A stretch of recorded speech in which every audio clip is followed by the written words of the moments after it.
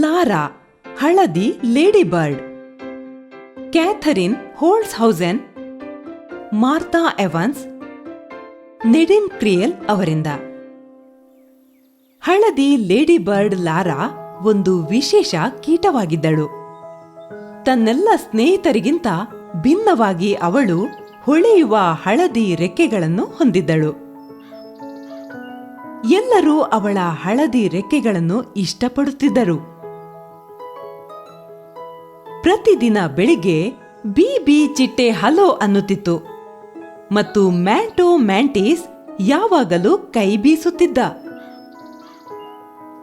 ಬೇಸರದಲ್ಲಿರುವ ಸೇಸ ಜೇಡ ಕೂಡ ಅವಳನ್ನು ನೋಡಿ ಖುಷಿ ಪಡುತ್ತಿದ್ದ. ಶಾಲೆಯಲ್ಲಿ ಅವಳು ಸಾಕಷ್ಟು ಸ್ನೇಹಿತರೊಂದಿಗೆ ಆಟವಾಡುತ್ತಿದ್ದಳು.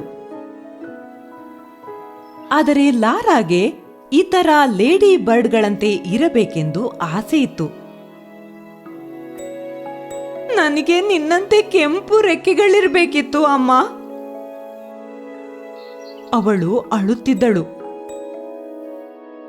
ಆದ್ದರಿಂದ ಒಂದು ದಿನ ಅವಳಿಗೆ ಖುಷಿಯಾಗಲೆಂದು ಲಾರಾಳ ತಾಯಿ ಅವಳ ರೆಕ್ಕೆಗಳಿಗೆ ಅಚ್ಚ ಕೆಂಪು ಬಣ್ಣ ಬಳಿದಳು. ಮರುದಿನ ಬೆಳಿಗ್ಗೆ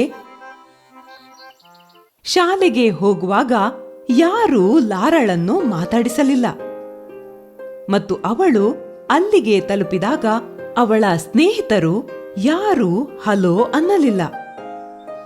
ಲಾರಾ ಒಬ್ಬಳೇ ಕುಳಿತಳು. ಅವಳ ಹೊಸ ಕೆಂಪು ರೆಕ್ಕೆಗಳನ್ನು ಯಾರೂ ಗಮನಿಸಲಿಲ್ಲ.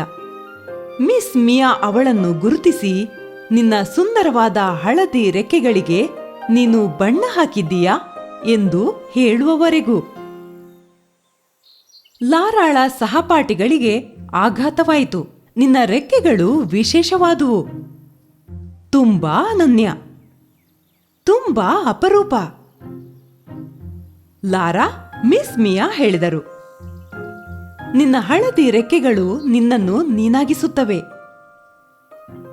ಸಿಪೋನ ಚುಕ್ಕಿಗಳಂತೆ ಮತ್ತು ಸ್ಯಾಲಿಯ ಕಾಲುಗಳಂತೆ. ಮನೆಗೆ ಹಿಂತಿರುಗಿ ಲಾರಾ ತುಂಬಾ ಹೊತ್ತು ಸ್ನಾನ ಮಾಡಿದಳು. ತನ್ನ ಚಿನ್ನದ ಬಣ್ಣದ ರೆಕ್ಕೆಗಳು ಮಿನುಗುವವರೆಗೂ ತಿಕ್ಕಿದಳು. ನಾನು ಯಾವತ್ತೂ ನನ್ನ ರೆಕ್ಕೆಗಳಿಗೆ ಬಣ್ಣ ಬಳಿಯುವುದಿಲ್ಲ, ಅವಳು ಯೋಚಿಸಿದಳು. ಬಹುಶಃ ಒಮ್ಮೆ ಅಥವಾ 2 ಬಾರಿ ಸ್ವಲ್ಪ ನೇರಳೆ ಬಣ್ಣವನ್ನು ಅಥವಾ ಇನ್ನೇನಾದರೂ ಹಾಕಿ ನೋಡಲು. ಆದರೆ ಮೋಜಿಗಾಗಿ ಅಷ್ಟೇ, ಶಾಶ್ವತವಾಗಿ ಅಲ್ಲ. ಹಾಯ್, ಈ ವಿಡಿಯೋವನ್ನು ಲೈಕ್ ಮತ್ತು ಶೇರ್ ಮಾಡಲು ಮರೆಯದಿರಿ ಹಾಗೂ ದಯವಿಟ್ಟು ಕೆಳಗೆ ಕಮೆಂಟ್ ಮಾಡಿ.